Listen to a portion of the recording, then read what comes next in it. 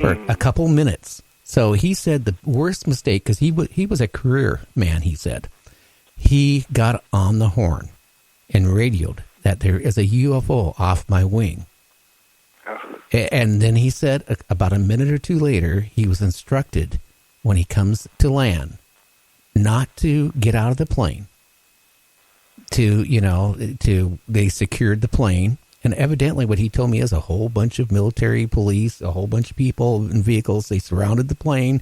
They took him, the co-pilot, and all his crew into a building, separated each one of them. And here's the CIA agents, or people in, suits questioning them and telling them, well, you didn't see anything. Because he said when he reported it, the whole crew had to see what it was, and they all got to see it.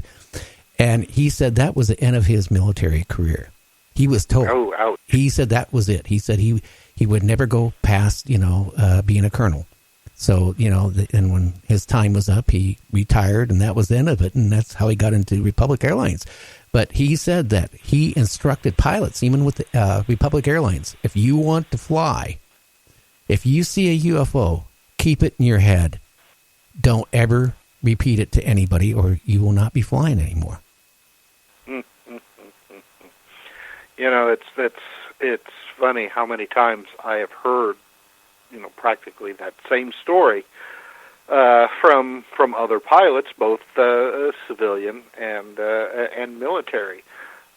Years ago, when I was a news photographer, we did a story out of the now decommissioned Grissom Air Force Base up in northern Indiana, and we flew with a refueling jet.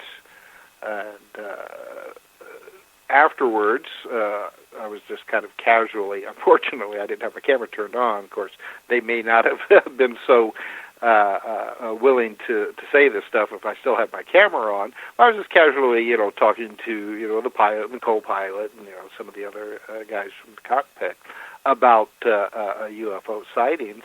And they all had stories to tell. A couple of them, not their own experiences, and they were repeating experiences that friends also, in the military had involving UFOs, and the stories were practically the same.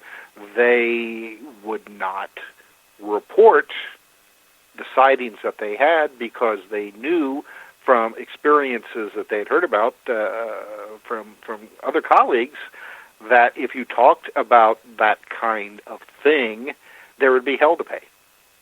And so the stories that they were telling me, they had heard, from firsthand comments from their friends, and how none of that had been repeated, to their commanding officers. And now, though, we're hearing more of these types of experiences being reported. What was it? Was it last year? Commercial airline pilots over, I think it was Utah, wasn't it? That two of them saw the same UFO. I think they were probably, the pilots were about 50 miles apart from each other.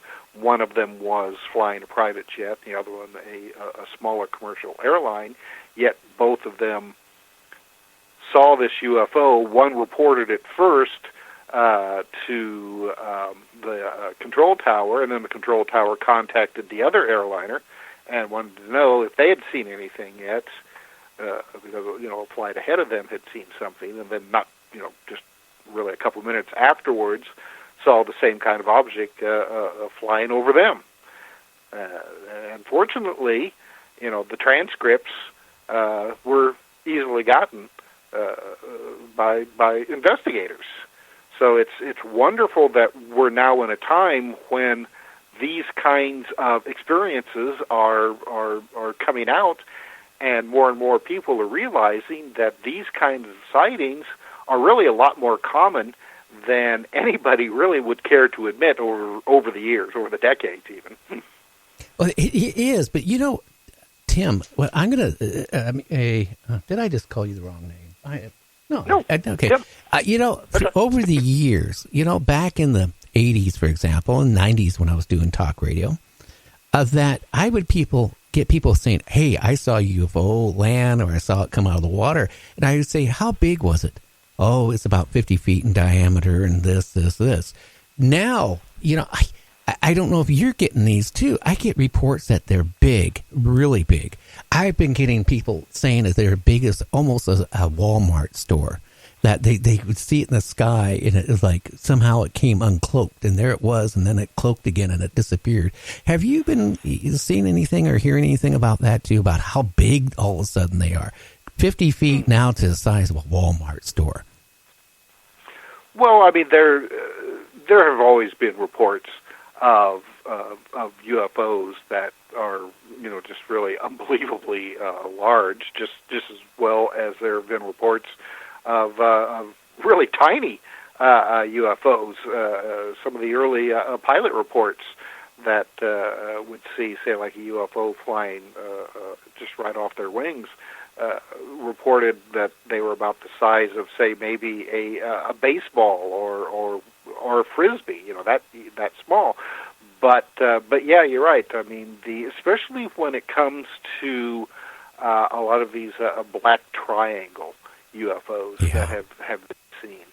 A lot of people have reported that these things were low, almost treetop level, and huge, size of a football field, maybe larger, which really scares the heck out of a lot of these witnesses, because they'll see these things just as they describe it. They just kind of like lazy, drift overhead, not a care in the world, but so large that it evokes almost that primitive fear in you of this huge unknown object drifting by overhead. Now, I can't remember exactly. This would have been probably in the early 1990s. There was a case in South America, Brazil possibly, where a pilot reported coming across. He described it as like a mothership, but actually, the connotation of a mothership is more of like a cigar-shaped UFO. This was more of like a giant disc. But this pilot reported that this disc was maybe a mile wide. This thing was huge, just floating in the sky with smaller UFOs flying in and out of it. And then, of course, there was the Japanese airline incident over Alaska, where, I mean, this UFO dwarfed the 747 that the pilots were flying. So yeah, I mean, these giant UFOs have been seen, time and time again. But I think that again, with a lot of the more recent cases, I think you're having people who are no longer afraid to report these sightings. Because like we said before, in the past, it may be one thing to report seeing, maybe a 10, 20-foot UFO flying in the sky. But if you see something that, as you said, is as big as a Walmart or even a football field, well, then, I mean, you're guaranteed that nobody's going to believe you. Oh, yeah. It's like, oh, yeah, UFO the size of a football field. Yeah, okay. Well, you know what? You're nuts. Tim, if we could go back in time 15 years, okay, and you were around with a group of people, socializing, and if you sat there and said, I was driving such and such, and I saw this UFO, this kind of like uncloaked, and it was the size of a football field, and, you could see the color of it and all this stuff. I wonder how many people would be standing next to you, with their martinis, without kind of saying, hey, I'll be back in a minute. Next minute, you won't have anybody there, because they'd be scared of you because they think, hey, you got a problem. Well, I mean, face it, when it came to the entire subject of UFOs. It wasn't that long ago that if you tried to bring that up in the conversation, a lot of people, and of course, naturally it depends on the group of people that you're with, a lot of people would just be like, okay, I have to go and stand in this corner for a while away from you. Yeah, like, but, what hospital did you get out of? No, anyway.